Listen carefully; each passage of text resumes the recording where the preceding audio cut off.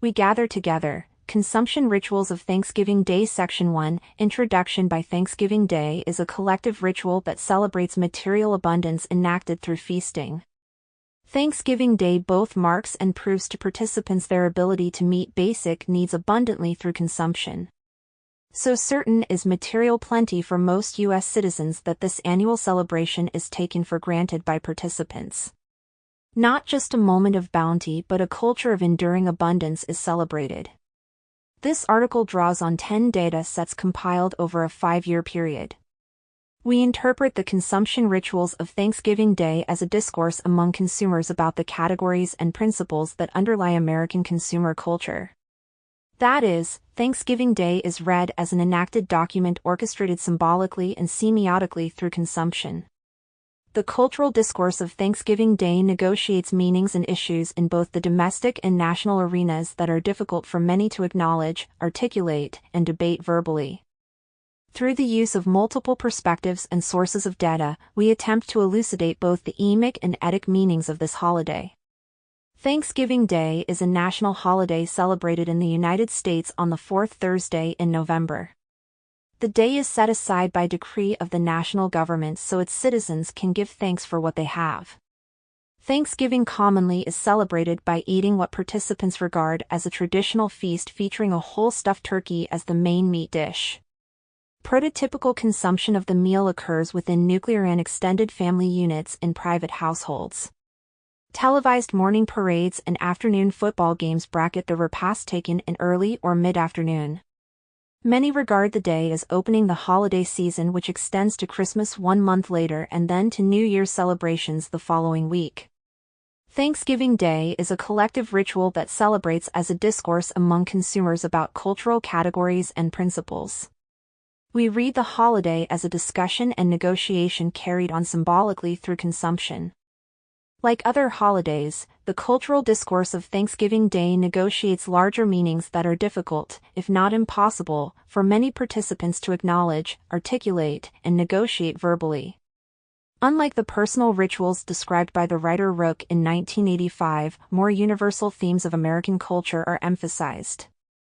Unlike the annual rituals of conflict described by the writer Dirks in 1988, Thanksgiving Day celebrations both mark and prove to participants their ability to meet basic needs amply through consumption. So certain is material plenty for most U.S. citizens that its annual celebration is taken for granted, unlike the harvest celebrations of some groups. Not just a moment of bounty, but a culture of enduring prosperity is celebrated. Systematic study of Thanksgiving Day celebrations can aid our understanding of contemporary U.S. consumer behavior in at least 4 ways.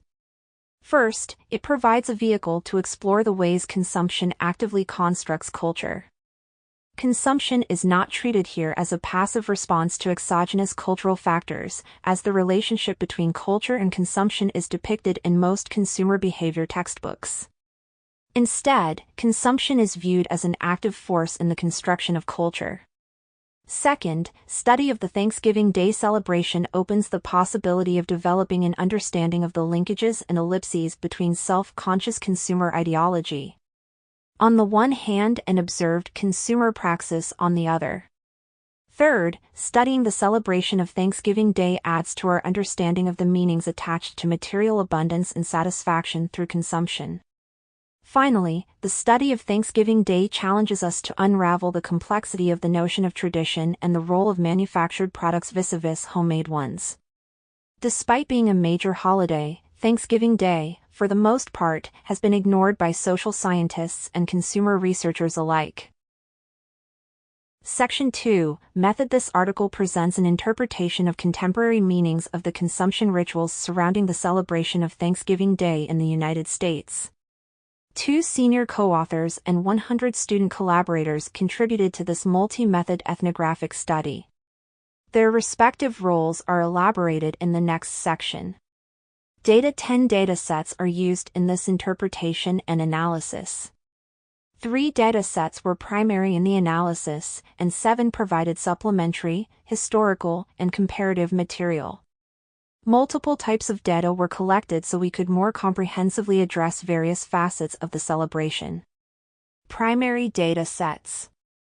Because they provide rich, qualitative detail concerning the ideology and praxis of Thanksgiving Day, 3 datasets are given primacy in this analysis. The first data set consists of depth interviews. These interviews document normative expectations of behavior and the ideology attending Thanksgiving Day celebrations and provide emic perspectives on ideology. A second data set was constructed by student fieldworkers who simultaneously completed participant observation research on their own Thanksgiving Day participants. Some of these photographs represent an idealized snapshot version of Thanksgiving Day, while others provide more backstage or panoramic content. Photographers wrote a log of what they saw in each photograph, a form of unguided auto-driving as described by Heisley and Levy. To convert the photos to computer text files for retrieval and analysis, we wrote a log that inventoried persons, objects, behaviors, proxemics, locations, types of shot, and our own reactions as a supplement to the logs written by the junior collaborators. Participant observation data from junior collaborators provide details on feasts of households with collegiate students, as well as a few households of older college students. Most feasts were held in homes, a few were held in restaurants or by groups of students. This data set, however, misses the potluck Thanksgiving Day meals that are common among single adults and the meals of elderly people who fill restaurants on this day. Also underreported, but not entirely overlooked, in this data set are the activities of individuals such as alcoholics, substance abusers, and homosexuals, whose lifestyles challenge the particular family ideology celebrated. Similarly, other forms of family dysfunction are most likely underreported, although not entirely overlooked. Student fieldworkers provided more data on specific ritual enactments than senior researchers could have obtained without such collaboration. We justify our reliance on native fieldworkers in this research on the basis of the temporal cycling of the event. This reliance is not meant to imply our broader approval of this research practice for consumer research. Because of our commitment to first-hand immersion in the phenomenon and to add another perspective, we gathered the third data set from participant observation at our own separate Thanksgiving Day celebrations for 3 years. We documented rituals enacted with our own families as well as celebrations attended with other families where we were invited as guests and researchers. Supplementary data sets. 7 additional supplemental data sets provide historical, longitudinal, and comparative material. The first 3 supplemental data sets are structured surveys. Personal interviews were conducted approximately 2 months prior to Thanksgiving Day in the fall of 1984. 2 later sets of personal interviews were conducted in the fall of 1988. The first survey focuses on feast group composition and the foods to be served. The second survey focuses on the respondents' ideal Thanksgiving Day. The third survey, conducted simultaneously, asks parallel questions about a separate sample's thoughts about what they regard as their typical Thanksgiving Day. A 20% subsample of each survey was validated by phone. These 3 datasets were collected to assess quantitatively the differences between ideology and praxis as reported in surveys. In addition, these 3 datasets provide a large demographic sample from which the variance in certain practices could be estimated. From the ideas generated in this exploratory survey research, more definitive and in-depth understandings were tested in later depth interviews and participant observation. The fourth supplemental data set consists of non-participant observation of a household's everyday dinner, a task that was completed by 90 of the student field workers in households other than their own. This empirical evidence permits informed comment on the ways Thanksgiving Day meals differ from American households' ordinary evening meals. Through our own participant observation, we gained access to photographs from some family albums depicting previous Thanksgiving Day celebrations. This fifth supplemental data set permits commentary on the stability of celebrations in particular families over the years and generations, as well as historical comparisons between the celebrations of the families of marriage partners. To provide another historical perspective on Thanksgiving Day, we assembled a 6th supplemental data set of 2-dimensional artwork and historical and fictional writings focused on Thanksgiving Day. Reliance on this artwork as a data set represents changing historical images of Thanksgiving ideology. The last data set consists of our own observations of public celebrations at restaurants and community events, such as the meals provided for homeless and impoverished individuals. Because of the demands on our time on Thanksgiving Day, we only briefly observed and photographed these events to contrast with the home and family-centered celebration observed by the junior collaborators and ourselves. Although recommended by Lincoln and Guba, we did not request an audit because we felt the size and variety of data diminished the need for and possibility of completing it. We conducted member checks by requesting commentary on an earlier version of this article from 3 sample members. One person who conducted a member check is a junior collaborator who provided data materials. The second is a senior social scientist whose family included one of the senior collaborators in their Thanksgiving Day celebration. The third person was a part of the depth interview sample. While not supplanting an audit, member checks provide a control on the interpretation. Sample members participating in this check were asked whether the interpretation seemed reasonable or, alternatively, far-fetched. The 3 people conducting member checks indicated that the interpretation went beyond their prior understanding of the meanings of Thanksgiving Day behaviors, but it was credible, interesting, and they had learned a lot. Each provided suggestions for improving the manuscript that were incorporated into a later draft. As a further check, with the exception of photographs taken by junior collaborators, disguised data sets are available for inspection by scholars interested in verifying the adequacy of the material for our interpretation. Permission to make photographs available to others was not requested from junior collaborators because of the impossibility of preserving anonymity in such materials. Details concerning these 10 data sets are given in Exhibit 1. The remainder of the discussion of methods focuses on the varied perspectives provided by the data sets. Perspectives from depth interviews. Our interpretation is grounded in all of the data. 2 data types, namely, depth interviews and participant observation materials, provide most of the illustrative materials included. To explain their heightened importance to our interpretations, we next discuss the kinds of insights gleaned from these data. Depth interviews provide a perspective of action. Depth interview informants explain their perspective of action they recall and its meaning to them. As with surveys, this perspective of action is distinct from action observed. Depth interview comments are about how things are remembered. In the depth interviews about Thanksgiving, perspectives of action were evident in 5 different motifs. The first concerns the ideology of Thanksgiving Day, beliefs and doctrine about what the holiday should be. A second depth interview motif is a description of what always happens, whether or not this is factually true. A third motif in depth interviews is stories about vivid and unique experiences. In this regard, a depth interview expands the sample beyond the current year. The interview samples recollections across people's lifetimes. A fourth depth interview motif concerns childhood recollections and nostalgic idealizations. Partially because the emic ideology of Thanksgiving Day concerns family togetherness, these usually fond remembrances may or may not accurately reflect the nature of past events. A fifth kind of story obtained in these depth interviews concerns reflections on the passage of time. Given their longer history of participation in the holiday and their focus on a life review process, elderly informants provided such commentary most frequently. Unlike the specific incidents detailed in childhood recollections, reflections on the passage of time are personal interpretations of the difference between holidays past and present. Section 3. Perspectives from participant observation. Participant observation also provides certain insights and kinds of information about the celebration of Thanksgiving. Rather than recording memories as do depth interviews, participant observation records the field worker's experience of action, conversations, and context. Participant observation in a naturalistic setting provides a perspective in action rather than a perspective of action as in the depth interview.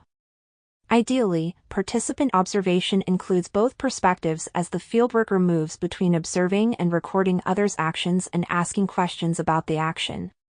Despite emic understandings that gloss Thanksgiving Day enactments as stable over time, participant observation captures change as it is actively negotiated year by year. For example, decisions about whether to serve buffet style or have the host/hostess serve food individually negotiate the level of individual choice permitted and encouraged in the family and the meaning of choice in the culture generally. In these and other transactions, people construct culture rather than merely respond to it.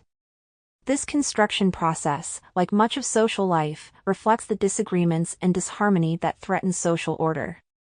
The task of ritual is to overcome these disagreements in a way that affirms the possibility of patching the cleavages, if only temporarily. Participant observation is uniquely suited to explore this bargaining process, because its subject is praxis rather than ideals. As collaborators in this research, student fieldworkers provided helpful insights that only a household member could capture. These insights would have been inaccessible to senior researchers, even if we attended the feast and produced the field notes ourselves. As natives, student fieldworkers provided commentary based on their knowledge of the everyday behavior of other participants at the celebration. However, because ritual commands attention and deflects questioning at the time of its enactment, it is a challenge for the native fieldworker to get beyond taking for granted what is or is not happening and record the details. Comparing across data sets and within the student participant observation field notes, it appears that 5 kinds of behaviors are underreported in students' field notes, probably because they are a part of natives' taken for granted world of Thanksgiving Day celebrations. The fact that people typically have the day off from gainful employment was infrequently mentioned explicitly. However, the presence of all household members for the entire day and explicit mentions of who had to work can be used as a basis for drawing the inference. A second phenomenon likely to be underreported is the female host or mom who will not sit down. When the food is being served, photographs typically show other family members filling their plates and sitting down before the preparer of the labor-intensive spread does. A third event that is probably underreported is the fact that conversation often stops while the meal is being eaten. Also underreported is the desire to get up and walk around after eating the dinner. Finally, when subgroups form for conversation or other activity, field notes may indicate that we all sat around and talked when the photographs indicate that this was done in gender-segregated groups. Our reliance on multiple data sets in the analysis diminishes the impact of such underreporting in one data set. Section 4. Perspectives from photographs. Photographs supplement what is included in field notes as well as record action that went unreported. 2 analytic procedures were used. As we identified emergent themes from other data, we recorded more detail about them in photographs. For example, more details were noted about butter service, clothing, pets, pies, table settings, and proxemic behavior of all group members, especially of stepfamily members. In a second procedure, we used a computer program to conduct searches on keywords contained in the photographic inventories. The program counts and writes keywords occurring in context on text files for examination as a set. We constructed files of terms capturing themes, e.g., velour, sweatshirts, butter, turkey, jello, nowhere else to go, family, to look for patterns. Reading Thanksgiving conventional social science writing glosses social phenomena as linear and epigenetic. However, a fundamental premise of postmodern inquiry is that holistic social facts are neither linear nor epigenetic.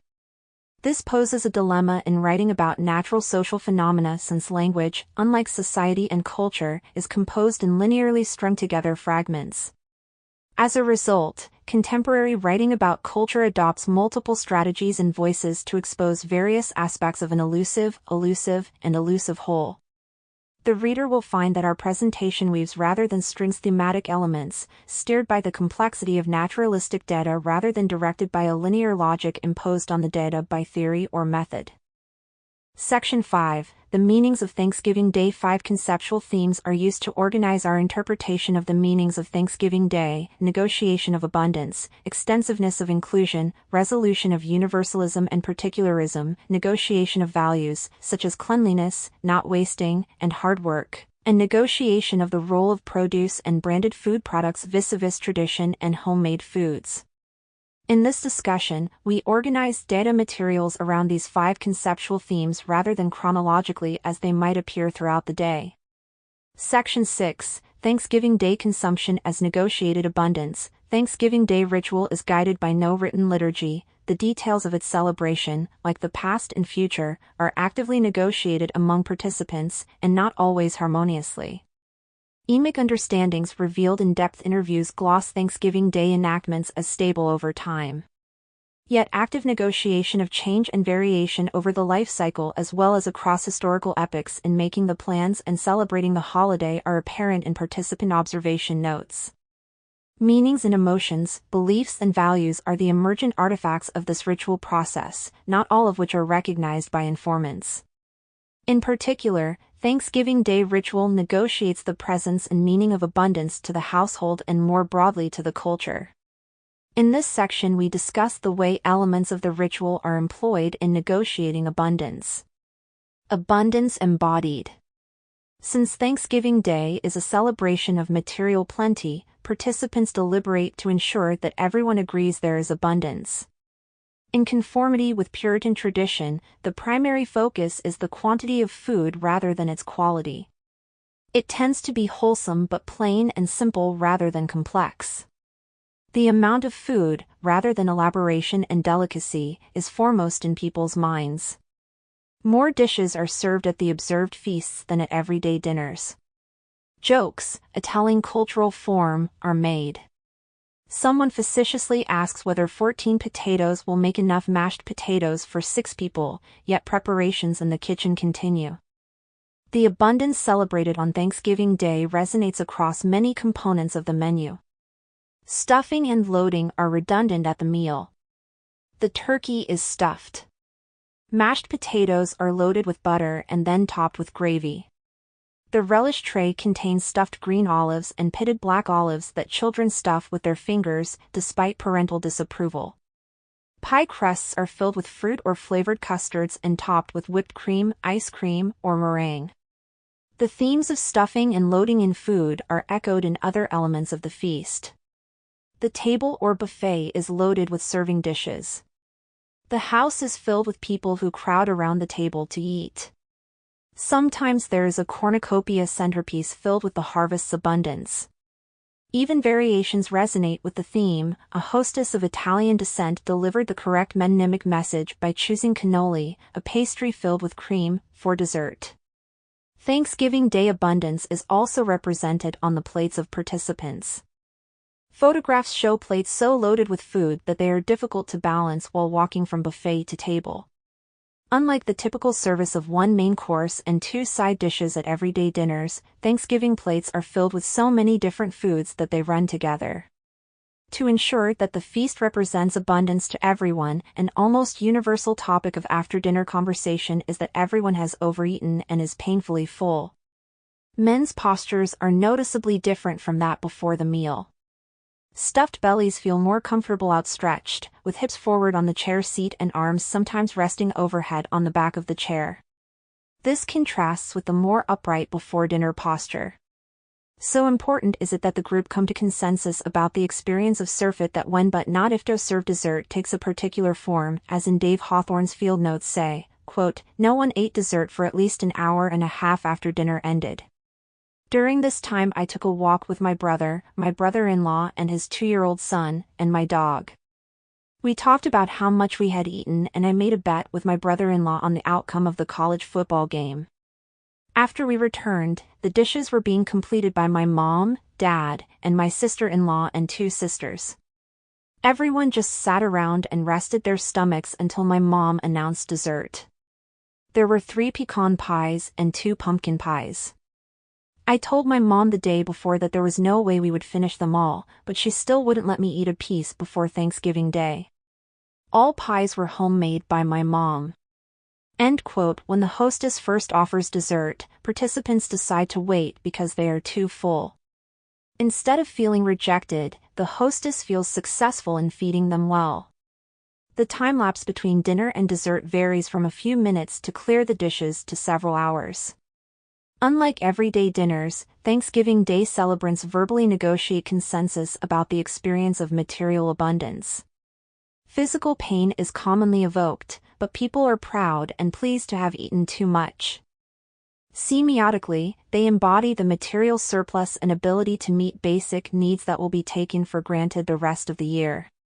To preclude later questioning of whether surfeit abides, they prove decisively and even painfully its universality. Not even one participant should voice continued hunger. Diners meet urgings to eat just one more small serving of a preferred dish with the insistence that they are stuffed. During the meal, some may say that they want to save room for pie, but later confess to having no more room. It would feel good to wait a while before proceeding. Their personal storehouses, like the granaries of the agriculturally based consumer culture they each metonymically echo, are charged with the basics. Food at this moment reflects more than personal preferences, it unconsciously mirrors social relations and processes. Fullness will endure. By negotiating consensus about a desire to delay having dessert, participants agree on their fullness. Lest there be any doubt, they then stuff themselves once again with dessert and later with leftovers, proving that threats of future material scarcity are quickly and easily held at bay. Abundance is also embodied by pregnant women, who guarantee familial continuity. As reflected in excerpts used later in this analysis, pregnancy is salient in depth interviews. Participant observation notes show some families making special mention of welcoming a new family member at the meal opening prayer or toast. Pregnancy assures a sufficient quantity of family members and in this way is connected to the Thanksgiving Day celebration of abundance. The pregnant woman is a living cornucopia, a metaphor of continued abundance, the ritual message of Thanksgiving Day. Forgetting as a consequence of abundance. The Thanksgiving Day celebration is so complex and semiotically dense in number of foods and people that very often not everything goes according to the host and hostess's plans.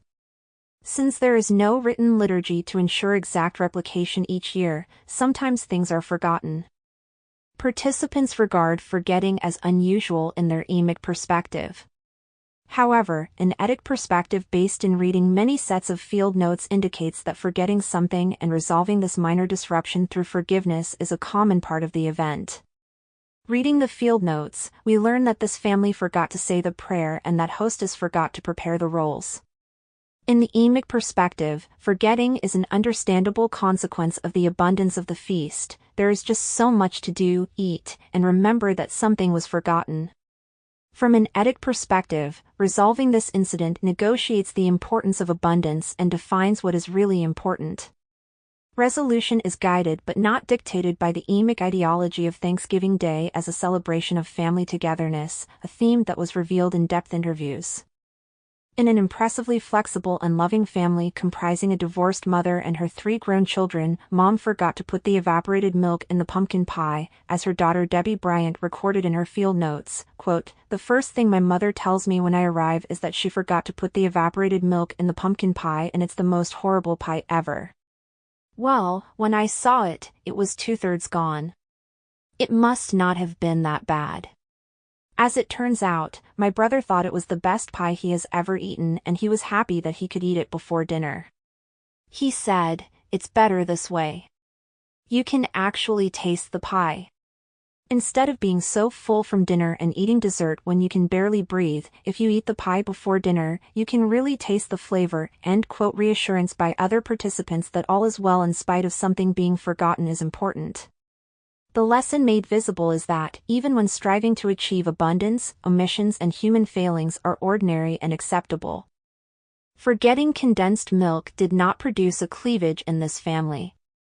Abundance is important, but omissions are accepted. When functioning properly, the ritual, like the family it represents, is robust and tolerant of variation. When functioning improperly, forgetfulness may construct or resurrect intolerance and lack of acceptance. Thus forgetfulness, when accompanied by acceptance and forgiveness, reinforces the core familial values associated with the ritual. The emic perspective that forgetting is unusual and tangential differs from but contributes to the emergent etic perspective. Because forgetting is emically regarded as unusual, it is actively discussed and resolved. This leads to the etic interpretation that forgetfulness is a widespread and ordered part of the negotiated ritual message that celebrates and enacts abundance and family togetherness through consumption. Mealtime hush as a consequence of abundance.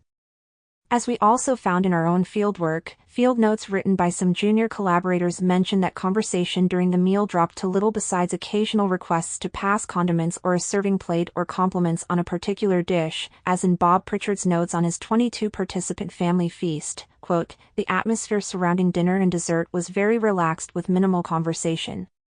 Norma is a very good cook and everyone was too busy eating to be talking. After dinner took an even more casualness to it. Several people headed outside for some fresh air and to walk Gloria and Sam's dog. There is just so much food that people focus on incorporating its abundance rather than on talking during this period of time.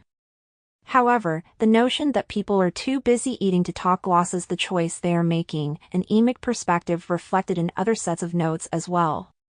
Despite being instructed to include it, other student field workers omit mention of the conversation during the festive meal, an indication by exclusion of what was happening. An edit contrast emerges between field notes on everyday dinners, when families talk to each other about the day's activities, and field notes on the Thanksgiving Day meal, when a hush falls over the group as they eat. As each person chooses to concentrate on consuming without self-restraint, there is no talk. Taking a walk as a consequence of abundance. In a number of instances, after the meal is finished and sometimes before dessert is served, participants decide to take a stroll. When this action is suggested, almost everyone agrees that it would feel good because they are so full. Some may claim to be too full to do anything but take a nap on the sofa. When a walk is taken, there is usually no destination in mind, and length and pace are determined by local weather. Because it takes place after the integrative meal, the walk may include a mixed gender group as well as a mixed age group. It is an activity that draws a boundary around the group rather than within it. Subgroups may form for conversation during the walk, depending on the size of the group walking. Where the walk is taken outside the house, particularly if accompanied by other people and/or a pet, it is included in field notes, as in the earlier excerpts from Dave Hawthorne's and Bob Pritchard's notes. Where it was confined to stretching or walking around inside the house, it is less frequently reported. In deciding to take a walk, as in the decisions to delay dessert or take a nap, participants affirm their agreement about experiencing abundance. Through these actions, they prove abundance to themselves. Type of abundance celebrated. The kind of surfeit proved at Thanksgiving Day is not an abundance of fun and frivolity or elaborate luxury. Instead, foods served are plain, not highly spiced. They are simple unities rather than complex blends. Dorothy was teased by her husband for serving a tureen of pumpkin soup to his Midwestern family the previous year. The dish, although creative and well prepared from a recipe in Gourmet magazine, did not match the simplicity expected of Thanksgiving Day foods. Like baby food, the food at Thanksgiving is served baked, boiled, and mashed. Its soft texture and plain flavor is safe for young and old alike. Foods such as sweet and white potatoes remain close to their agricultural form and are not transformed into elaborate gourmet cuisine. Yet this plain food is served on the best china, Jell-O on Royal Doulton china eaten using reed and Barton silver. It is not the food that would be served on the same china to dinner party guests. On this day, the best china celebrates plainness and a surplus of the basics. Because it is a celebration of abundance of the basics, in most households Thanksgiving Day is not associated with heavy alcohol consumption. When asked, 91% of survey respondents indicated either that little or no alcohol or a moderate amount of alcohol is consumed. Participant observation confirms this self-report data. Where alcohol is served, it is usually white or blush wine. Only occasionally do photographs show displays of spirits bottles. The theme of serving items that retain closeness to their agricultural form rather than a distilled form is echoed. The role of fasting. In order to prove decisively the ability of the group to provide a profusion of life-sustaining basics, Thanksgiving Day requires that participants come together in a state of hunger. This is partially accomplished by consuming the meal in early to mid-afternoon, sufficiently later than the customary midday meal, so as to make inquiries about the turkey's progress and expected time of completion routine. Not uncommonly, people said they fasted for a period of time prior to the meal, so they could save their appetite for the feast. In one household, no appetizers are served so everyone will save their hunger for the meal. In other households, women diet for a period of time, perhaps a week prior to the holiday. And in several households, fathers and college-age daughters made a pact to eat nothing on Thanksgiving Day prior to the dinner. Few males mentioned dieting or fasting, although many skipped lunch while waiting for a mid-afternoon meal. Fasting, then binging, enables even those participating in the ideology of thinness to be included in negotiating the importance of abundance, if only at one meal. Abundance of basics echoed in clothing. Clothing also reflects the theme of plainness and modest origins. Enticing sequins and lame are reserved for New Year's Eve. Thanksgiving Day clothing is unadorned and ordinary. Two prototypical styles of dress are shown in photos. The first more refined style of dress is reminiscent of Norman Rockwell's art. This style recalls the bygone practice of attending church before the Thanksgiving Day meal. Women in boiled wool jackets and plaid skirts with plain stockings and low-heel pumps accompanied by men in gray suits and white shirts can easily move from Episcopalian church services to the meal. Children are dressed to resemble small adults.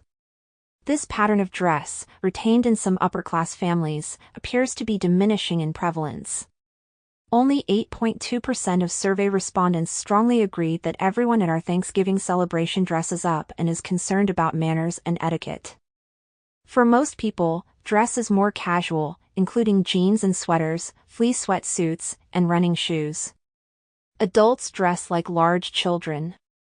Soft fabric and elastic gathered waistbands are described as more comfortable. They recall the contemporary one-piece, all-purpose infant garment, sometimes known as Dr. Denton's. This is clothing that can move from mealtime to playtime to nap time without a change. Abundance of plainness as infantilism. The related metaphors of abundance and simplicity reinforce our notion that Thanksgiving is not a holiday like Christmas that reifies childhood delights. Instead, Thanksgiving Day satisfactions are more closely linked to infancy. Despite its deeper historical roots, Thanksgiving Day is mythically connected to the infancy of the nation.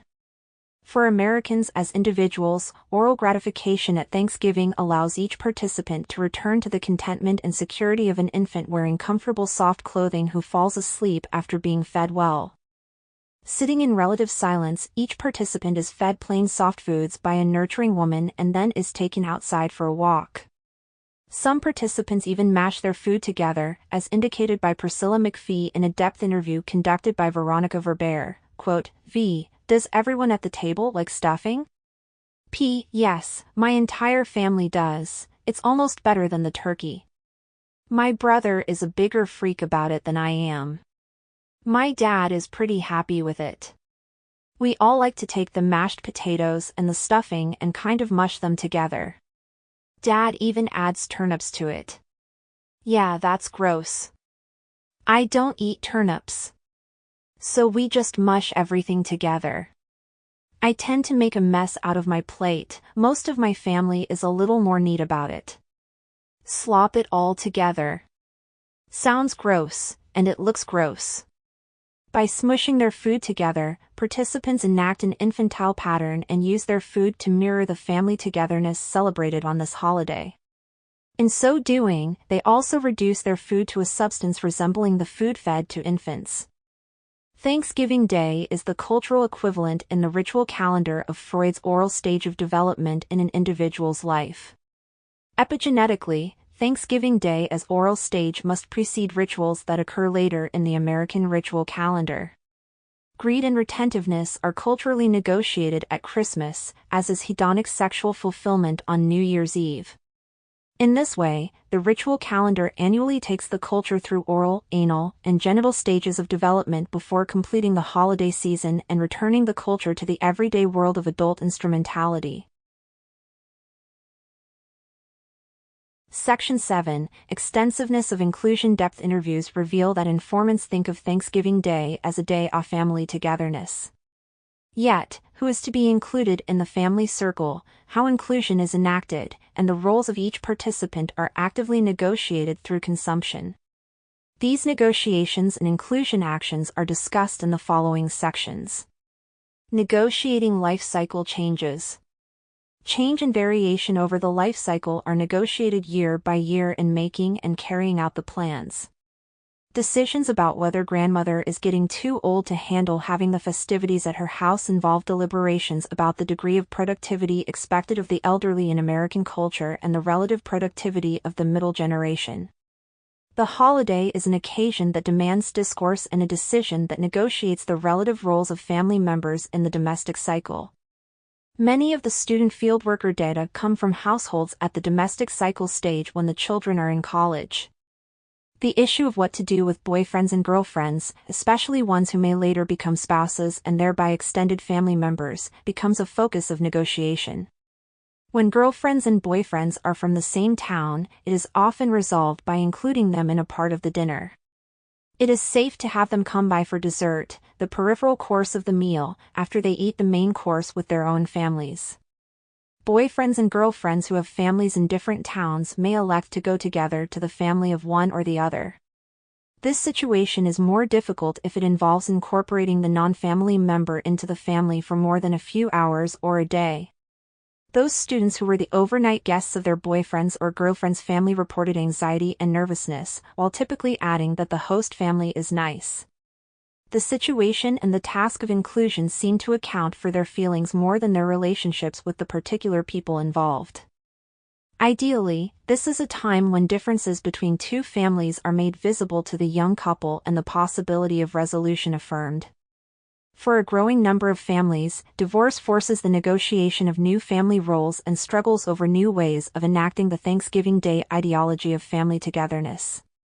This challenge is met creatively by many families. It is often resolved by requiring the offspring of divorced couples to consume 2 feasts in sequence. From an etic perspective, we note that, through the children, divorced couples are connected tangentially on this ritual occasion. Inclusion in adult world through advice. The domestic cycle stage characteristic of the households of many of the student field workers sets the scene for discussions with college-age students regarding progress in college and possible graduate schools or jobs. Males who are fictive or distant kin initiated discussions with some college-age students about job plans. Some even suggested that the student should call on them to set up interviews when the time came. Thanksgiving Day events have as one of their foci the incorporation of college-age students into the corporate world of grown-ups. Helpfulness on the part of the parental generation reconnects the migrant college student to family and friends who are likely to be geographically close to the parents. Such help may increase the chances that the college student will move back to Michigan or back to Chicago. Enacting togetherness by viewing photographs.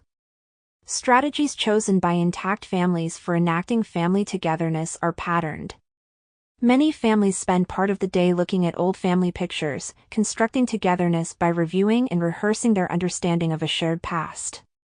Especially at feasts that include new or potential family members, reviewing a family photo album includes the newcomer in stories and myths that charter inclusion in the group. Participants do not think of photo viewing as a compulsory part of the ritual in the way that serving turkey is, nor is it linked ideologically to a feast held by pilgrims and Native Americans. Nonetheless, viewing old family pictures together is a fairly common activity for families. Emically, it is regarded as an individual and unique choice. Ethically, it is interpreted as an activity that holds the cultural contents of the ritual. It defines the scope and legitimacy of the group by anchoring it in the past. Constructing togetherness through storytelling. Topics of conversation during the day are somewhat consistent across households, although these patterns are not emically recognized. Stories are often repeated and, like photographs, are regarded as unique to the family. Frequently the stories are told while the whole group is assembled at the table after eating has finished. They could be termed stories of bad times, as with one repeated by Maggie in a depth interview with Lynn, quote, "Al, what are some of your best memories of Thanksgiving?" M. Probably my first Thanksgiving with Tom because we were married on October 27th, and Thanksgiving was the first big holiday in our new house. Then the second Thanksgiving, I was pregnant with Christy. I was really big like Fergie. I remember I was taking the turkey out of the oven and dropped it on the floor. Tom and his boys heard a big bang and ran upstairs. I was 4.5 months pregnant and looked 9. I looked like I had a big turkey under my shirt as my stomach. I started crying because my beautiful turkey was ruined. My stepson scooped up the turkey, put all the stuffing back in the turkey and acted like it was all okay because pregnant women get very moody. They ate it and said with a smile, "This floor is clean enough to eat off of." L. What were your feelings after this? M. That nothing's really more important than the people you cook Thanksgiving dinner for, relatives and family. I know Thanksgiving must be a very lonely holiday if spent on your own. End quote. This story captures a pervasive theme of disaster solved by family togetherness. Family cleavages, especially within the blended families created by serial monogamy in the United States, are sutured. Some stories about unique, unpleasant events are told to encourage laughter at the past crisis, as with a story told by Angela Hogan in a Depth interview, quote, I remember one time when I was 7, my brother was 8, and my sister was about the same age. My mom had just gotten a divorce, so she had this boyfriend and she invited him over for Thanksgiving. She worked so hard all day to make things go perfect. I think the problems kinda started when my brother spilled his milk. Then at the table he asked my mom if she was going to have a baby. My mom said, "No, why?" And my brother pulled out of his pocket some birth control pills and said, "Because I found these." He didn't really know what they were for, just that they said birth control on them.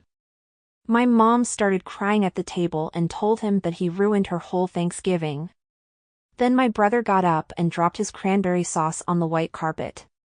He didn't do it intentionally, he was just a klutz. End quote. Another informant referred to the year the homemade rolls tasted like baseballs and then laughed.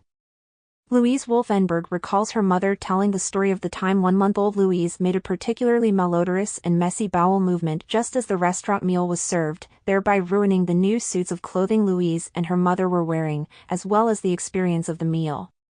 When successfully told, the point of the story is that, in telling of the disagreeable experience, listeners and storyteller alike, usually who were both present for the original event, are connected in laughing it off, as in one story told by Brian, W.M., early 20s, about a pet, quote, B. Another year, it snowed even harder. We were up there and had some other people over from the neighborhood after Thanksgiving dinner. Alfred, the Moore's white poodle, went outside. It was really snowing hard and people were drinking a lot and having fun. No one noticed that the dog was still outside. This went on all night. No one heard the dog whining at the door to be let in. About 4 hours later when the neighbors were leaving, we opened the door and found the dog frozen stiff, barely alive. We used blow dryers to defrost him. It was rather traumatic at the time. But now we look back and think it was pretty funny. End quote. Unpleasant incidents are co-opted to support the value of a strong family. This is culture constructed. However, such stories are not always successfully told. Intra-family hostilities and long-term feuds can be rekindled. When stories are told and subsequent collective laughter is discouraged or the punchline about the power of love is omitted, such stories recall prior feelings of alienation and disappointment. This element of family ritual then fails. Stories about prior holiday consumption experiences are a part of household or family charter, joining listeners in membership and its meanings. In this regard, it is interesting to deepen our interpretation of the spilt milk story. It recalls the folk saying, "There's no sense crying over spilt milk." Learning and relearning this moral are sufficiently important that this story has evidently been rehearsed and retold many times prior to the interview. It is now among the repertoire of stories that serve as charter myths for that family. Does this young woman actually recall the event in such detail, even though she was only 7 years old when it happened? Did the event happen in exactly this way? Perhaps, but more likely the story has been polished and refined as it has been retold at many Thanksgiving celebrations in her family. Stories such as these are often retold on Thanksgiving Day, as with a story retold by Margot Renault's grandmother during food preparation, quote, "Grandma. And one year Johnny would not eat turkey. We killed his pet. You know we used to raise turkeys. I've heard this story every year that I have been here for Thanksgiving. Grandpa, we raised 3 turkeys, you know." End quote. As in this family, the response to such stories is typically amusement, as if shared laughter settles the issue. Such stories might be about bad Thanksgivings, such as the year the turkey did not defrost in time or the year the pit-roasted turkeys were spoiled by one bad one. Other bad stories told on this day are about other times, such as the time little brother lied to his parents about wrecking the car. In some stories, the oldest generation tells how hard life was many years ago, as with one grandmother who immigrated from Hungary in 1911. By recounting stories of family origins or painful events, such as the recent death of a family member, the family proves to itself that it withstands such shocks. Participants do not regard storytelling as a prescribed part of the celebration, yet ethically we see it as a common event that delivers an important ritual message about endurance and togetherness. Inclusion of pets and those with nowhere else to go. Another activity that is fairly common, although regarded amicably as unique, is the inclusion of pets by serving them part of the festive food. Unlike aspects of the holiday that may be systematically avoided in photographs, this is one that commands a photograph, along with remarks about how cute it is. This act expresses values of inclusion and generosity. The whole family participates in the holiday, even animals who, by consuming the same foods, are designated honorary family members. The inclusion of pets echoes the frequent inclusion of unrelated singles or others described as having nowhere else to go. This action resolves the culturally problematic position of persons whose families cannot accomplish the togetherness required on this day. It also allows other families to demonstrate generosity and abundance by constructing fictive kin for the day. There are limits to inclusion, however. Pets are not served at the family table. Like children who eat their feast at a separate table, the pet is fed its share of turkey separately. In summary, Thanksgivings arrange the recollected past through stories and photographs, solidify the present through a collective hush while eating and then through a collective walk, and arrange the future through advice and other rituals of inclusion. From an etic perspective, all of these events can be regarded as part of the common modern praxis of Thanksgiving Day, although emic ideology would see them as unique. Section 8, Resolution of Universalism and Particularism. Thanksgiving Day celebrations are regarded by many participants as being the same for everyone. To them, Thanksgiving Day represents cultural universals. That which is universalistic is the same for all, it does not express individualism. Emic understanding of this holiday assumes universality of participation for all Americans. Not only does this ideology assume that all do the same thing on this day, but also that the meal has remained unchanged over the years. People go about the preparations as if the Pilgrims and Indians ate turkeys with stuffing and jellied cranberry sauce. They understand the celebration as universalistic and unchanging, although evident in the data are many features that are historically and socially particularistic. Emic understanding of Thanksgiving as universal led many informants to express surprise about the focus of the research project. Some declared that other holidays, such as Christmas, are more interesting and more exciting. When asked what is served at their holiday table, the surprisingly common response is that theirs is the same as everyone's. However, when pushed for further details, evidence of behavioral particularism embedded in a universalistic ideology accumulates in an etic perspective. Particularism, the opposing pattern variable to universalism, is expressive of special individual position or ties. In examining the praxis of Thanksgiving Day, we see that behavioral elements regarded as universal are augmented with little traditions that are particular to a family, time period, geographic area of residence or origin, class, gender, or age group. After discussing universalistic elements, we discuss each of these 6 forms of particularism in the sections that follow. Universalism in cuisine and service. There are some universal elements of these celebrations. Survey data reflect nearly universal participation, with 93.3% of the first 1988 sample and 98.3% of the second reporting that they celebrate the holiday. Turkey is featured in all of the feasts recorded in the participant observation data, including the boyfriend and girlfriend who prepared frozen TV dinners for themselves while studying. Survey data from 1984 indicate that 91% of households usually serve turkey as the entree. In this regard, all are the same. Particularism reflected in little traditions.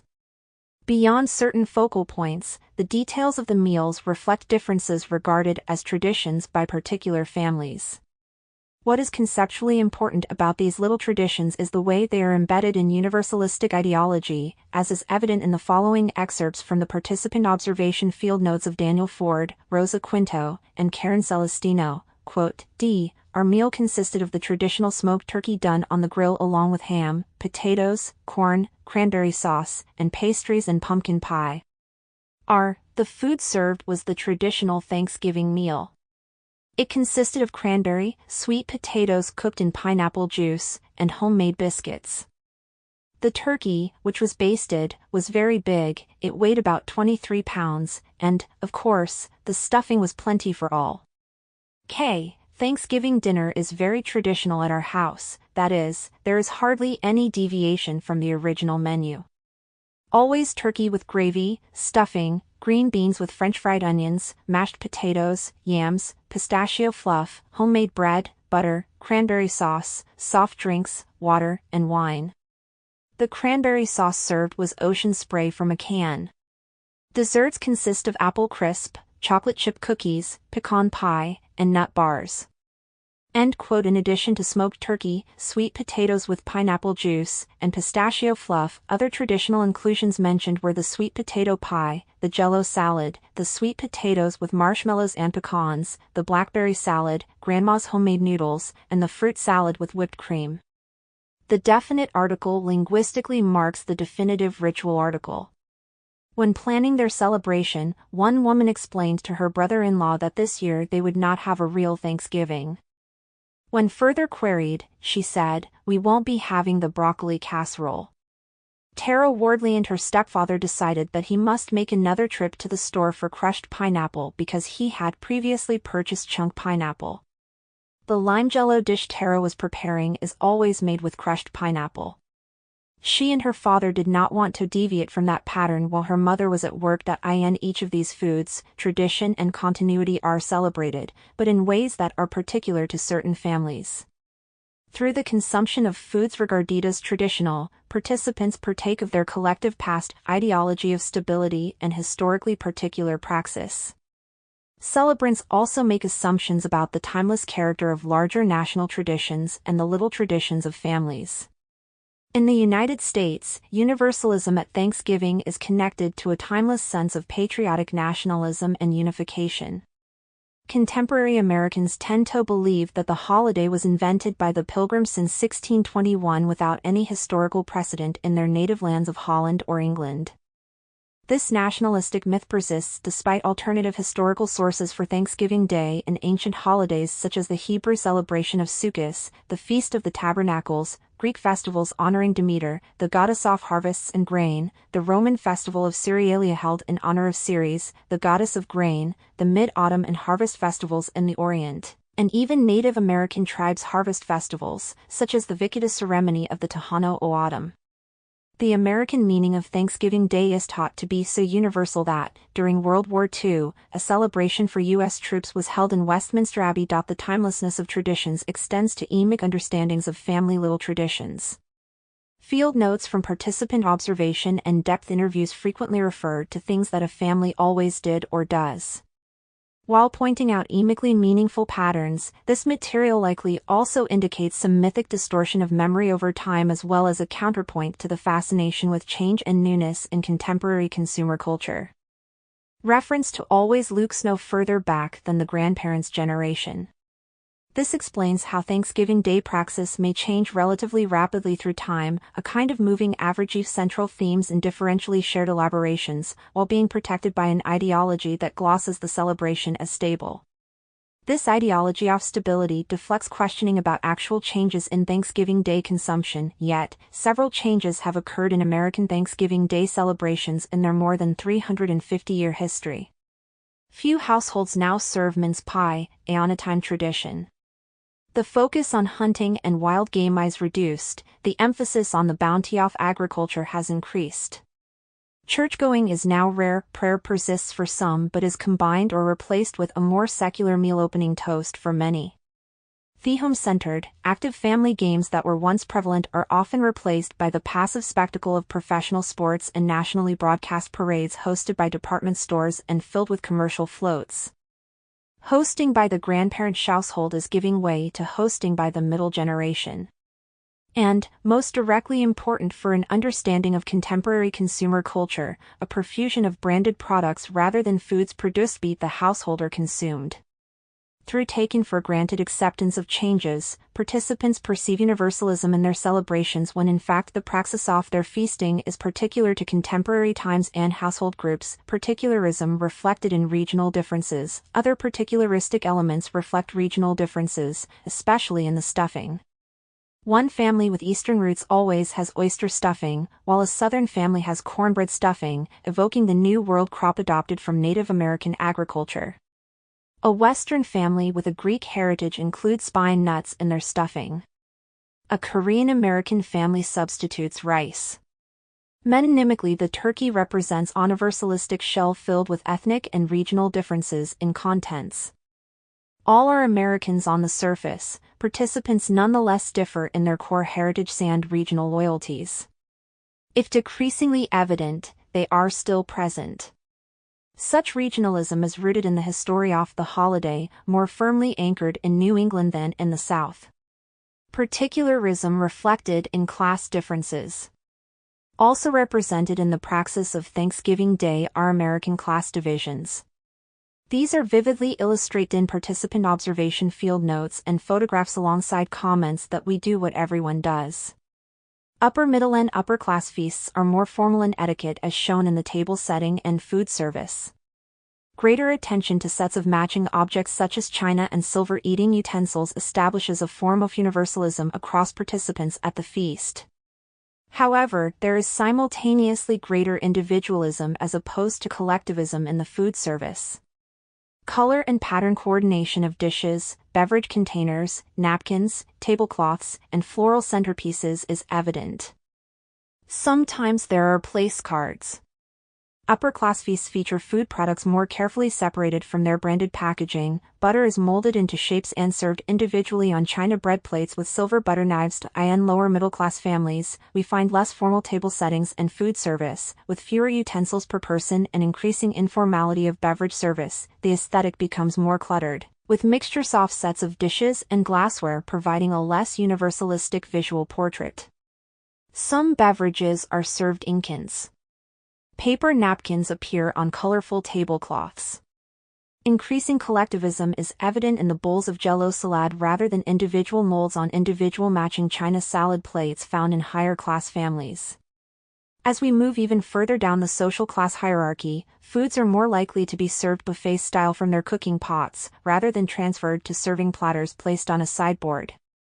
In some cases, celebrants do not all sit down together but rotate places at a table that is too small to accommodate all simultaneously. Butter or margarine service is one of the most consistent class markers. At one pole are decoratively molded individual pats of butter served on individual matched china bread and butter plates. At an intermediate point, we see butter passed on a central china plate, then carved and transferred by individuals to their own bread and butter plates. Further down the hierarchy, a stick of butter or margarine on a decoratively laid out buffet is transferred by individuals to the edges of their china dinner plates. At the opposite pole, there rests a plastic tub of margarine, a collective knife laid across its perimeter. From the tub, individuals transfer the margarine onto the foods on their plates. Thus, although all are together, feasts held by members of different classes reflect different levels of collectivism and individualism, a form of particularism in the service and selection of foods. Particularism reflected in age segregation. Another form of particularism enacted within the household on this day is age segregation. Both before and after the meal, age-segregated groups of participants form on the basis of work obligations or play interests of each age group. Groups of children may play together while teenagers help or participate in ping-pong tournaments in blended families. The meal, however, brings age groups together. It temporarily homogenizes gender and age distinctions that have organized the day's interactions up to this point. Participants usually eat at the same table, a pattern reported by 65% of the survey respondents. In other cases, all may eat at the same time, but children, or those so regarded for the day, may sit separately. This pattern was reported by 38% of survey respondents attending celebrations with children. Haley Rouse remarked about her photographs, quote, "The dining room table wasn't big enough for all 19 of us, so the hostess divided us up into the adults' table and the children's table. All of the seats at the adult table had wine glasses and only 3 seats at the child's table did." These children ranged in age from high school students to young adults. One woman recalled sitting at the kids' table at her mother's sister's house in Minnesota. She enjoyed this because you didn't get yelled at for not having any manners. She ate only her 2 favorite foods, rolls and whipped jello, her family's little tradition. However, a depth interview informant, Carl, described a different perspective to Jeff on the experience of eating at kids' table, quote, "See, well, the kids always got the paper plates and normal silverware because we were slobs. The adults always used the nice china and the silver. I used to think that using the china was a dream come true. I remember I couldn't wait to get old enough to sit in the adult room and use all of the good silverware and dishes, but that time never came. J. What do you mean? See, well, my parents got divorced and everyone just drifted apart." End quote. Although the meaning of sitting at the kids' table is different for these two people, they reflect 2 commonalities pervading childhood recollections in depth interviews. The first common element in these recollections is a fond reconstruction of the past, characteristic of nostalgia. The second is the recollection of age segregation at a feast ostensibly celebrating togetherness, particularism reflected in gender segregation. The most widespread and vivid segregation during this universal feast of togetherness is based on gender. Although regarded as a day of rest by men, in most households Thanksgiving Day is a day of both ritual and physical labor for women. Frequently, food shopping and meal preparation begin several days prior to the feast, culminating on Thanksgiving Day with women attending to last-minute details. On the feast day, women are bound closely to the kitchen by basting and other chores. Almost half of women surveyed said their major Thanksgiving Day activity is cooking for others, while less than 1/4 of men so indicated. Further, a third of women considered it to be a hurried day, while only 1/6 of men considered it to be so. Women students who were principal cooks and field workers were exhausted at day's end. Tara Wardley's journal is filled with such feelings, quote, "This assignment required a great deal of work. My mother had to work Thanksgiving morning, so I knew that I would have to prepare a great deal of the food. I felt a little special. This dinner was going to be prepared mostly by me and Dad. I miss Mom not being here, but we do things so differently that it's best that both of us are not in the kitchen at the same time. I'm a perfectionist and Mom tries to get things done as fast and simple as possible. I found myself paying very close attention to what was being said in a way that I had not listened before. I noticed how quiet my father is while he is doing something and how my brothers seldom do anything in the way of women's work. I found that my mother really enjoys her role of preparing the food during Thanksgiving. She felt left out and a little lost when there was nothing for her to do in the kitchen. She complains every Thanksgiving about all the hard work and that she wishes she could get some help. When the responsibility was taken off her shoulders, she did not know how to handle herself. By the end of our meal I was completely exhausted and full of thoughts and ideas. I wish I could be like my brothers. They don't have a care in the world today. They haven't done a thing all day long and I resent that. If they were in the kitchen they would be in the way, but why does it have to be that way? Why can't I be the one laying on the couch instead of in the kitchen and doing a project? I can't wait for this day to be over. I want to capture every event, and in trying to cook and do this project, I am wearing myself out. End quote. When the meal is finally served, the fact that the mom will not sit down but instead continues working to ensure that all are served is testimony to the day not be now work-free holiday for everyone. That the hostess' continued work goes unnoticed in field notes even when present in photographs highlights the widely shared expectation of such service. The fact that the hostess is frequently the last to sit down enacts her conventional role as family caretaker and caterer, as in remarks Mattaby Paula Lefkowitz to Horatio Lewis, quote, "My grandma would always try to serve the food while everyone else was eating. We would all tell her to sit down, but she never seemed to listen." End quote. Men's role at most feasts is to be served or, in some households, to help but not assume primary responsibility for planning, preparing, and presenting the feast. In many households, men's help is in the form of symbolic labor, such as lifting the cooked turkey from the oven or carving it. Enacting a stereotyped hunter-gatherer gender distinction unsupported by the ethnographic record, in typical Thanksgiving feasts the man presents the hunted bird, while the woman presents the gathered berries and cultivated vegetables. Seldom were men shown preparing side dishes or working on dishes other than the focal point of the meal, namely turkey and stuffing. Their symbolic labor, especially the carving, is a public event that is often watched by an audience and recorded in ordinary snapshots.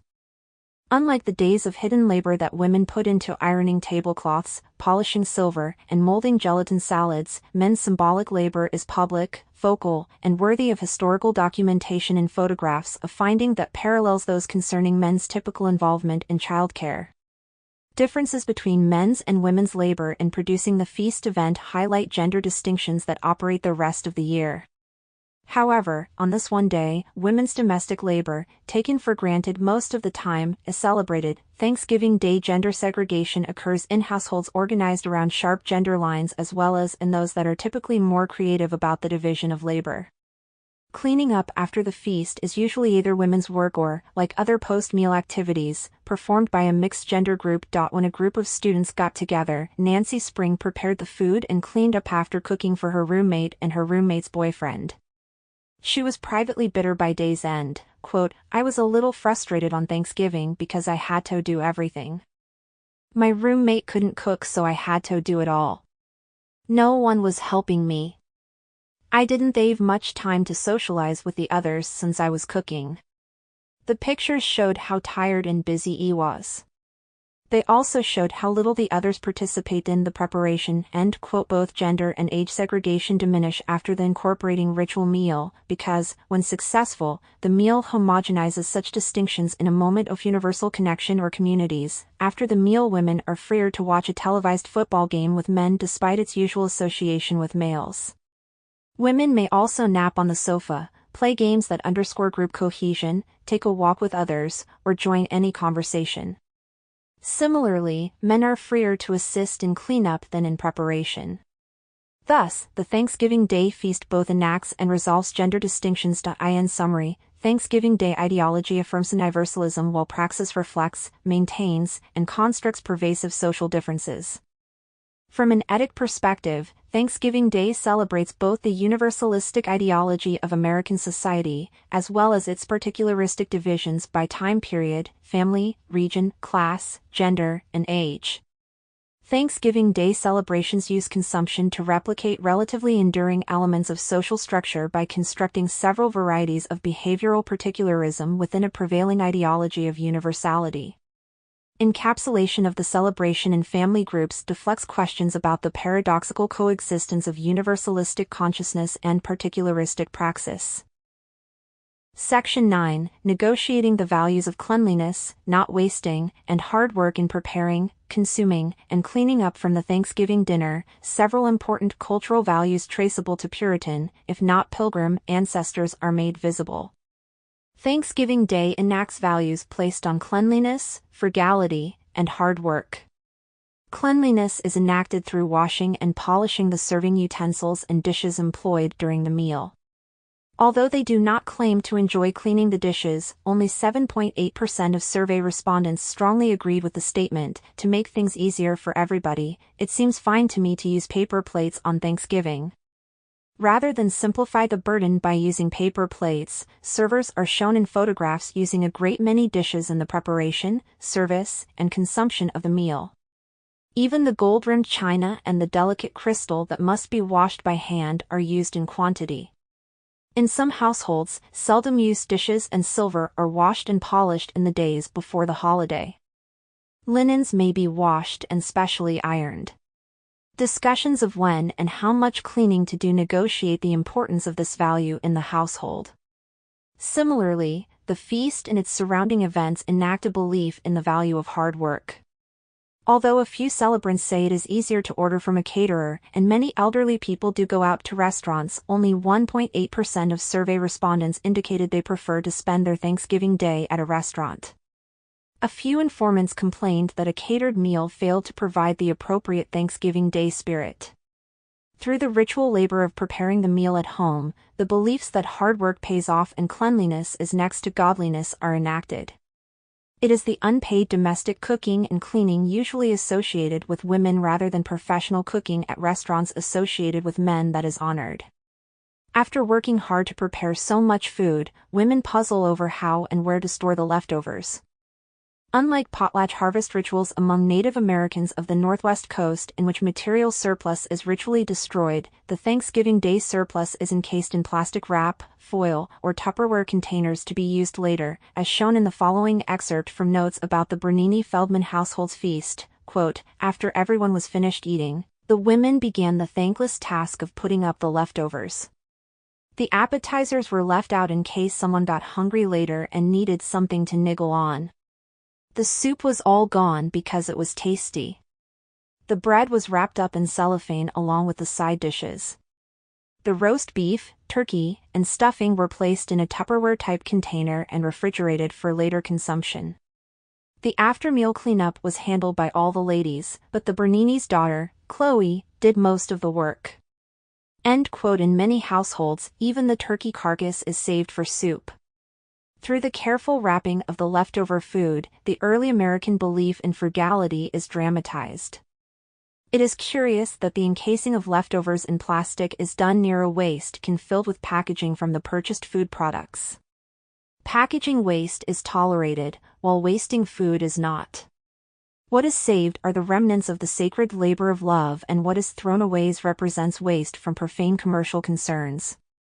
Section 10, Negotiating the Role of Produce and Branded Food Products. EMIC descriptions of Thanksgiving Day frequently refer to food dishes that are made from scratch or homemade. This is an interesting etymological 10 reference to scratching the soil to plant a seed to grow food that is then transformed into edible dishes at home. This linguistic expression in field notes is accompanied by photographs showing women basting butterball turkeys, adding diced celery to Pepperidge Farm bread cubes to make stuffing, stirring cans of Swanson chicken broth into butterball turkey drippings to make gravy, gently removing Ocean Spray cranberry sauce from the can, stirring ice cubes with Jell-O powder to dissolve it and then adding Dole canned pineapple chunks, and filling Pet Ritz frozen pie crusts with Libby canned pumpkin that will later be topped with Cool Whip dessert topping. These practices raise a dilemma posed by contemporary consumer culture. How do mass-produced, commercially processed and delivered food products come to serve a ritual purpose? How is it that women are perceived to be doing all of the cooking when in fact they are collaborating with a predominantly male-managed manufacturing process in this endeavor? Our final theme, then, concerns the processes through which a celebration of material plenty in agrarian cultural roots is created using produce and branded food products purchased in urban supermarkets. Quintessential foods. One solution to the problem of sacralizing commercial products is the use of quintessential holiday foods that are so connected with the holiday that they come to represent it. Turkey, stuffing, cranberry sauce, and pie are such essential ingredients and universal symbols of the tradition of Thanksgiving that some refer to the holiday as Turkey Day. However, mincemeat pie is no longer commonly served, evidence that even quintessential elements of tradition are negotiated over time. Temporal separation. Temporal separation marks ritual foods by distinguishing them from everyday ones, as in Rosemary Dunleavy's notes from her sister's boyfriend's fictive kin celebration. Quote, "Jake, what is this?" he says as he points to a yam. "Danielle, Jake's aunt, that's a potato." "Jake, Why is it this color? Ma, Jake's grandmother, because it's a special kind of potato. It's a sweet potato. Jake, well, I don't like sweet potatoes. Danielle, you liked them last year, Jake. I find something rather interesting in the above conversation about sweet potatoes. If sweet potatoes are so special, as Ma said, then why did they only eat them once a year? Is that what makes them so special? End quote. For most households, roast turkey, stuffing, cranberry sauce, and perhaps butter are rarely consumed at times other than Thanksgiving or Christmas. Turkey is made particular to the holiday in part by temporal anomaly. Interestingly, turkey was less frequently incorporated into the Thanksgiving days of previous times when foods used were actually homegrown or hunted, as indicated in a depth interview with Clarence, an 81-year-old man. Quote, "See, all the food was fresh. We grew up on a farm, so everything we ate came from our farm. We didn't raise turkeys, so we either had chicken or a roast. The pies were homemade and the vegetables were fresh." End quote. As reliance on purchased food products has increased, turkey produced on industrial farms has become more traditional, not because of its historical lineage, which also includes both deer and chicken pie, but because of its temporal separation. Packaging. The transformation involved in cooking and serving branded products purchased in supermarkets is key to the creation of a ritual with unique meaning for participants. Decommodification and singularization or sacralization of commodities is required for them to serve expressive ritual purposes. The transformation process begins by discarding packaging materials and price tags. The price tag, but not the label showing quaint vineyard scenes, is scraped off wine bottles.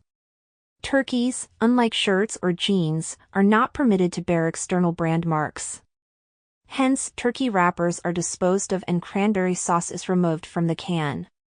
Pie boxes may be kept backstage or put in the garbage. Relish trays are constructed from the contents of an array of bottles and cans, none of which are displayed on the table in middle-class homes. For some products, the transformation process ends here. Special ingredients. For other products, the transformation process continues.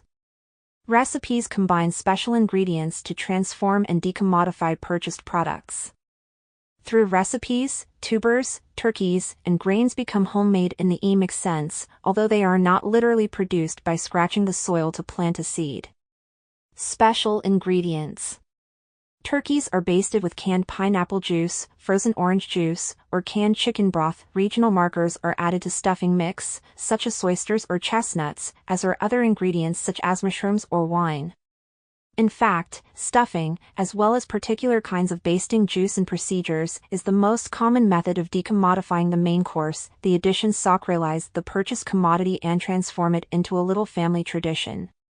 As is also true of the pies, particularized contents are used to fill a universal container. This transmutation brings commercialization under control by the firm hand of tradition exercised by the female guardians of family values. Jell-O brand gelatin is appropriate to the Thanksgiving feast because of its ability to deliver several messages. Oddly, it is not disguised but is referred to by its brand name. It supplants the homemade puddings typically prepared for early American Thanksgiving days. Jell-O is loaded with particularizing additions: black cherry Jell-O with Bing cherries in one family, lime Jell-O with pineapple and miniature marshmallows in another. Then it is molded into a special form and, like the turkey and the pies, is offered as a whole from which each person may partake. Ordinarily, Jell-O is regarded as proper for children or for those with gastrointestinal illness but not for adult dinner parties. At Thanksgiving, the congealed mass represents both the transmutation of a mass-produced consumer product into an element of tradition and the congealing of family differences in toe-abounded, molded whole, root vegetables such as tubers that are inexpensive unbranded bulk staples provide a conventional message about the common agrarian roots of America. They celebrate humble origins and reflect working-class eating patterns. They are less commodified at the point of purchase than are branded food products but are nonetheless singularized with special ingredients. These modifications usually use other staple ingredients such as butter, eggs, milk, and sugar that load the food product with meaning as well as additional calories. Miniature marshmallows load yams in a way that is equivalent to whipped cream in pumpkin pie. The omnipresent addition of milk and egg products echoes the message of this as a celebration of Earth's bounty. Butter or margarine is a special ingredient added to almost every dish. Noteworthy is the frequent use of butter rather than the margarine used in everyday dinners. Butter increases the richness of the Thanksgiving Day meal. Instead of resulting from the more recent health concerns about cholesterol, margarine's everyday popularity over butter can be traced to branding, advertising, and the distribution management skills of margarine manufacturers. Butter, traditionally produced at local dairies, remains a product category with only one national brand. Butter is natural, unlike margarine, and recalls the country's agrarian roots. Frequent use of butter on this day delivers a message about the triumph of nature over commerce. Using butter also proves the family's power over the commodification and homogeneity represented by branding, at least within the ritual context. The addition of special ingredients to branded food products implies that a cultural process besides sacralization is occurring. As part of the ritual, the preparation of foods brings some aspect of life firmly under control. Nationally branded food products have the capacity to deliver the same uniform product to all, protecting consumers from seasonal fluctuations in availability. But they also have the capacity to obliterate individual difference and familial uniqueness. By co-opting mass-produced branded products in creating a ritual meal, the food preparer proves familial values can triumph over the powerful homogenizing influences of consumer culture, the meanings associated with non-commodified domestic culture rather than commercialized mass culture prevail on this day. Having negotiated and proven values that are invisible most of the time, Thanksgiving ritual then permits the service of dessert to be bound by fewer strictures than the earlier service of the relish tray and main course. By the time dessert is served, familial values have been proven and solidified such that the appearance of Cool Whip or Rady Whip in its branded packaging is not a threat to the ritual message. Service. Serving the meal on special dishes is another solution used to convert processed food products into ritual foods. So served, the food products partake of the meanings congealed in the serving dishes and flatware inherited from family ancestors. This traditionalizes foods, even those purchased in the supermarket. For example, most people rarely consume cranberry sauce, which lacks a referent in the natural everyday world of most participants. Because of this, jellied cranberry sauce can be served with can ridges intact, as if it were naturally made that way. Served on silver or crystal dishes rather than directly from the can, it is reclaimed from the world of manufacturers and particularized. Served whole and intact, jellied cranberry sauce resonates with the whole bird, whole pies, and molded gelatin from which all partake and metonymically rejoices in the ideal, intact family.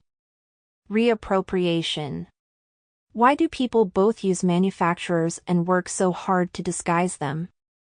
The answer lies in the way food preparation enables the household to symbolically reclaim the production process taken over by manufacturers in the historical separation of production from consumption. Laura Larson was instructed by her mother, Jan, in the use of frozen pie crusts. Quote, "After lunch we returned home to make pies. She took out the Arnould pie shell and placed it into a country pie plate. Then she began to take another pie shell and cut it into slices, at the same time placing them over the stamped-out shell. She told me a story about the shell procedure. It went like so, so I made the pie crust. The frozen pie crust, and, when Nana saw the pie crust, she said, 'Is that fresh or is it frozen?' I said, 'What do you think?' 'This is a real pie crust.' 'What are you talking about?' And she said, 'Oh, no, I can always tell the difference.' So now you're covering up the part of the pie shell that you can tell is already pre-made, and covering it up with a piece of the pie crust that makes it look like it isn't pre-made. Why do you do this every year?' The reason I do this is because they make as good a pie shell as anybody can, and I want to make a bigger pie than the shell makes. So I make a bigger pie shell by adding to the edges. But why should I make the pie crust when Arnould can and I'm working? They're just sitting around making pie crusts for me to go right out and buy. How long have you been, or has Arnould been, making pies?' Since I went to work, Arnould has been making the shells. I've been making pies for Thanksgiving for 25 or 27 years. We always shared pie making. Mimi made DDAP. I always made pecan and chocolate for you kids. L, we better get this done before Nana comes. J, by the time she gets here, it's gonna look so homemade, she's gonna say, how did you have time to go to all that trouble? End quote. Through elaborate preparations using manufactured food products, families make a claim about the imminent productive potential of the household, a claim often frustrated in an economy where the product of wage labor is usually only indirectly relevant to household needs. The more food dishes prepared, the more tableware to be washed, and the more manufactured products transformed, the more evocative and powerful this message. Section 11 CONCLUSIONS Ethnographic study of Thanksgiving Day celebrations informs our understanding of U.S. consumer behavior in several ways. First, it illustrates how Americans use ritual consumption to construct culture. We have shown how informants vigorously recollect past meanings, negotiate future meanings, and assemble present meanings sophomally, regionalism, material abundance, gender, and age through Thanksgiving Day consumption rituals to construct a model of social life. Second, this study explores the linkages and cleavages between consumer ideology on the one hand and consumer practice on the other. Our etic reframing of the varied experiences of universal and particular practices brings into focus the contradictions between emic representations of action and behavior itself. We unpack notions of always and from scratch. We explore the ways people cope with the facts of divorce, separation, and disharmony in the face of an ideal of family togetherness. We assimilate the emic particularism of forgetting, bad stories, delaying dessert, and not talking much while eating, to the universal. Third, our study of Thanksgiving Day celebrations contributes to our comprehension of the meanings consumers attach to material surplus and satisfaction. Many consumers associate the satisfaction of basic wants with an ideal of household form, both of which reference ideas of the pooling and redistribution behaviors of agrarian, even pre-industrial, households. There is a further association of satisfaction and abundance with an infantile stage of development. The epigenetic center of later holidays celebrating other aspects of materialism, such as the Christmas dialectic of generosity versus retentiveness, and the New Year's dialectic of adult hedonism versus moral restraint, lies in the Thanksgiving Day celebration of basic abundance. Finally, people actively reappropriate a sense of satisfaction from manufacturers through decommodifying actions. Rather than reconstruct the agrarian traditions celebrated, ritual preparers co-opt manufactured products to deliver the message of familial solidarity and productive potentiality. Most important for consumer research, the study of Thanksgiving Day assists us in unraveling the notion of tradition and the role of manufactured products vis-a-vis homemade ones from both emic and etic perspectives. We show how branded food products are reclaimed from the world of commodities and reassembled into little traditions through varying household actions. But these processes are not limited to Thanksgiving Day. Through such transformation processes, households define their imminent productive power, their ability to produce abundance for their members. Through the consumption rituals of Thanksgiving Day, households make visible their values and deliver a cultural message about the meaning of abundance.